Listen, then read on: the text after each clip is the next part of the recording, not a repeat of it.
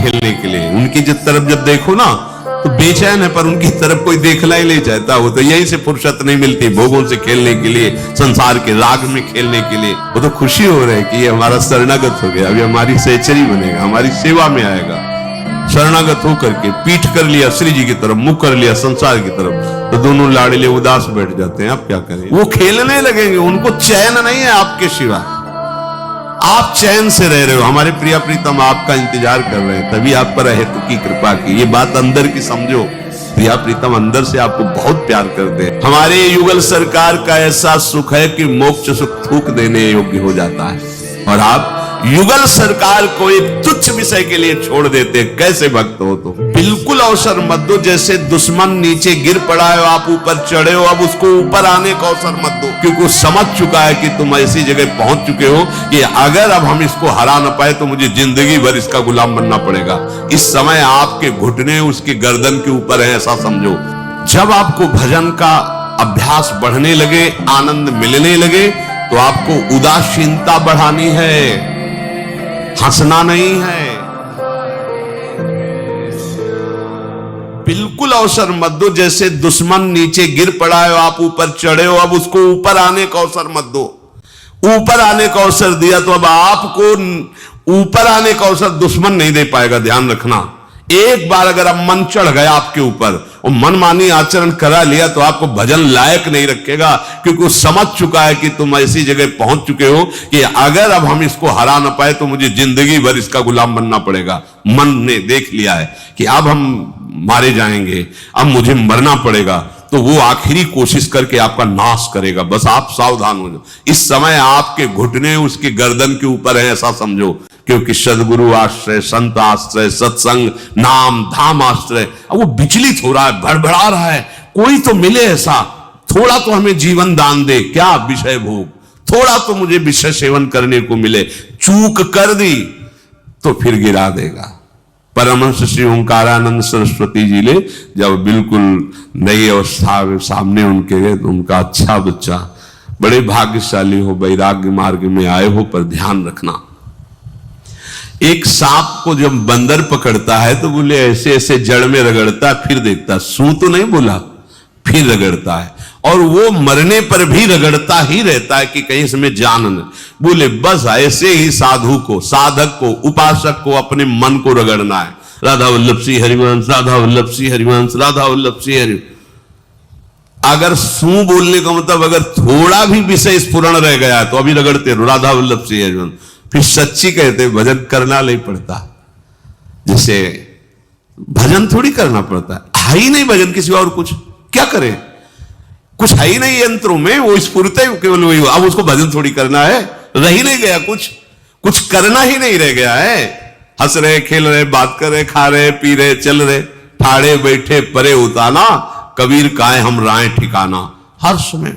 पर वो स्थिति प्राप्त करने के लिए निरंतर अभ्यास की आवश्यकता है। ध्यान देना हमारी इस बात को, यह अनुभोगम में बात कहते हैं। जब आपको भजन का थोड़ा आनंद मिलेगा तो आप थोड़ा निश्चिंत जैसे होते हैं, उसी समय मन आपको विषयों में फंसा देगा।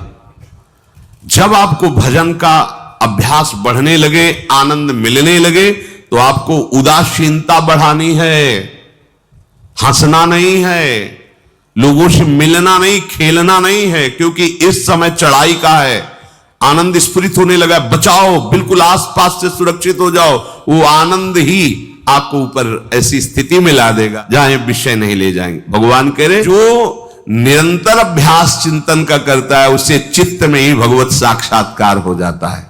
अभी हमारे पास अवसर है, अभी हमारे पास समय है, चूको मत। ये बहुत सूक्ष्म लड़ाई है, ये कोई बाहर के लाठी डंडा गोली वाली लड़ाई नहीं है, ये अंतर की लड़ाई है। इसमें बड़े बड़े हार जाते हैं। अगर कोई जीत पाता है तो एकमात्र भगवान को समर्पित चित्त वाला जीतता है। हमें लगता है आपको बढ़िया समर्पण का अवसर है। ये श्री जी के मार्ग के लिए हम कह रहे हैं किसी जन्म में भगवत प्राप्ति करनी। अगर आप नहीं कर मानोगे, मनमानी आचरण करोगे तो भ्रष्ट हो जाओगे। ये संसार का स्वरूप है, किसी न किसी बहाने से वो आपको सतमार्ग से हटाएगा। अब व्यवहार की गुंजाइश नहीं रह गई, हमारे पास समय नहीं व्यवहार का। हमारी बातें मान लो, पर आप लोग मानते नहीं हो, इसलिए रंग नहीं चढ़ पा रहा। अरे वो बेचैन है आपके साथ खेलने के लिए, उनकी तरफ जब देखो ना तो बेचैन है, पर उनकी तरफ कोई देखना ही नहीं चाहता। वो तो यहीं से फुर्सत नहीं मिलती भोगों से खेलने के लिए, संसार के राग में खेलने के लिए। अरे वो तो लालायित है, वो तो खुशी हो रही है कि ये हमारा शरणागत हो गया, अभी हमारी सहचरी बनेगा, हमारी सेवा में आएगा। शरणागत होकर के पीठ कर लिया श्री जी की तरफ, मुख कर लिया संसार की तरफ, तो दोनों लाड़ेले उदास बैठ जाते हैं। अब क्या करें, ये तो उधर मुख करके जा रहा है, चलो फिर कभी लौटेगा, वो फिर इंतजार कर रहे हैं। हम खेलेंगे तो लाडली लाल के साथ खेलेंगे, नहीं तो अब आजीवन नहीं खेलेंगे, आजीवन नहीं खेलेंगे। अगर हम पाएंगे तो इनकी जूठन पाएंगे, नहीं तो प्राण त्याग देंगे। जिएंगे तो वृंदावन में जिएंगे, नहीं जीवन। ये व्रत चाहिए। काहे को व्यर्थ समय नष्ट कर रहे हो? धारण करो अनन्य निष्ठा का व्रत। इनको अपनी तरफ आकर्षित करने के लिए अनन्यता ही व्रत है। खूब पद गाओ, खूब नाचो, अपना दरवाजा कुटिया का बंद करके खूब रो, नाचो, खेलो, कूदो, उन्हीं से वो खेलने लगेंगे। उनको चैन नहीं है आपके सिवा, आप चैन से रह रहे हो। हमारे प्रिय प्रीतम आपका इंतजार कर रहे हैं, तभी आप पर हेतु की कृपा की। ये बात अंदर की समझो, प्रिया प्रीतम अंदर से आपको बहुत प्यार करते हैं, पर हम देखते हैं कि आप प्रिया प्रीतम से प्यार नहीं करते। आप संसार की तरफ बढ़ते जा रहे हो, हाथ फैला खड़े, मेरी तरफ आ जा। ये हमारे भगवान नहीं है, ये हमारे लाडली लाल है। हम इनको भगवान नहीं, ये तो प्रेम के खिलौना दो खेलत है प्रेम खेल। इन्हीं के साथ खेलना है, इन्हीं में रहना है, अब इन्हीं के पास रहना है, इन्हीं में रहना है। दो बात ध्यान रखो, इन्हीं के पास रहना है, इन्हीं में रहना है। आप जब मुस्कुरा रहे हो उधर, तो वो उदास बैठे कि हमारी तरफ क्यों नहीं देख रहा। अब हमें अपने प्यारे को उदास नहीं करना, प्यारे को मुस्कुराहट से युक्त करना है। क्या हम उदास हो जाएं? ये दान पुण्य की बातें नहीं है, ये लोक लोकांतर में भटकने की बातें नहीं है, सीधे भगवत प्राप्ति की बातें हैं।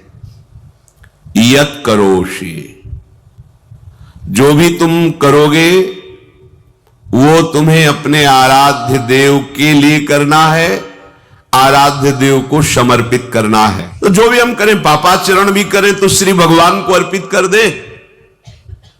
बोले नहीं, तस्मात् शास्त्रम प्रमाणम ते कार्याकार्यो व्यवस्थितो।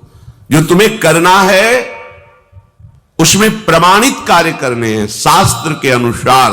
अब जो भी करोगे शास्त्र सम्मत करोगे और प्रभु को समर्पित करोगे। भोजन जो भी पाओगे पहले प्रभु को भोग लगाओगे, देहाभिमान गलित हो जाए। मान लो मेरी बात, कुछ भी मत खाओ।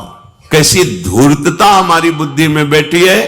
रसेंद्री की तृप्ति के लिए हम गुरुजनों की आज्ञा को रौन करके चंद विषयों का सेवन करते हैं। धिक्कार है जीवन को। यदि आज्ञा उल्लंघन करके अमृत भी पीने को मिले तो विष हो जाएगा, ध्यान रखना।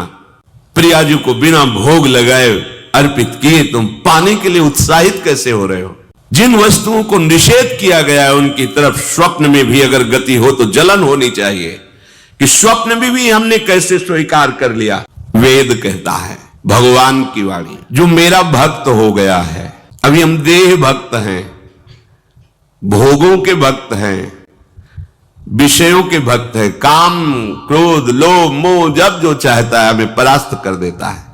लेकिन जो मद भक्त हो गया उसको नहीं। बाहरी वेश परिवर्तन से मद भक्तो नहीं होता। कभी कभी हंसी आती है कि अमृत कुंड को छोड़ करके मल कुंड का स्वाद लेने के लिए कितना लालायित है जीव। कैसी मंद बुद्धि, मतलब एकदम लगता है कि वाह प्रभु आपकी है विचित्र माया है। ये इधर कूदे तो अमृत कुंड है, इधर कूद रहा है मल कुंड है। वो जानबूझ करके अमृत को त्याग करके मल कुंड में जा रहा है। जहां हमारी प्यारी जी और प्यारे जी की ऐसी सुख वृत्ति है, मोक्ष सुख को भी लात मार करके जिस सुख में बढ़ा है। कैसा तुम्हारा आश्रय है? हमारे युगल सरकार का ऐसा सुख है कि मोक्ष सुख थूक देने योग्य हो जाता है, और आप युगल सरकार को एक तुच्छ विषय के लिए छोड़ देते। कैसे भक्त हो तुम? कैसे हो तुम? खुद प्रश्न करके देखो। कभी तुम्हें अपने ऊपर धिक्कार नहीं आता? अपने को बहुत चतुर समझते हो, अपने को बहुत प्रवीण समझते हो कि कोई नहीं जानता हम क्या खाते हैं, कोई नहीं जानता हम कहां जाते हैं, कोई नहीं जानता हम कैसे खिलाड़ी हैं कि खेल रहे हैं। अरे पागल, तू कैसा खेल रहा है? ये जगन नाटक वैभवा, वो बैठे हुए डायरेक्टर सब कुछ देख रहा है और तुम्हारी कहानी लिख रहा है। बहुत होश में हो जाओ, हर समय तुम दृष्टि में हो, ऐसा मत समझो। भगवान की वाणी और गुरु की वाणी अलग है तो भ्रम है आपको। भगवान की वाणी गूंज रही है, पकड़ो। आपको लगेगा बातें कर रहे हो, कहां गूंज रही है? अभी ट्रांजिस्टर लाइए, लखनऊ लगाइए, अभी बोलने लगेगा। तो वाणी गूंज रही ना लखनऊ की। कानपुर लगाइए, कानपुर बोल लेगा, क्योंकि उसमें पावर है उस वाणी को घसीटने का। वो एक यंत्र पकड़ रहा है लोक के स्टेशनों को। अगर तुम मंत्र पकड़ लो तो तुम भगवान की वाणी ऐसे सुनोगे, ऐसे देखोगे।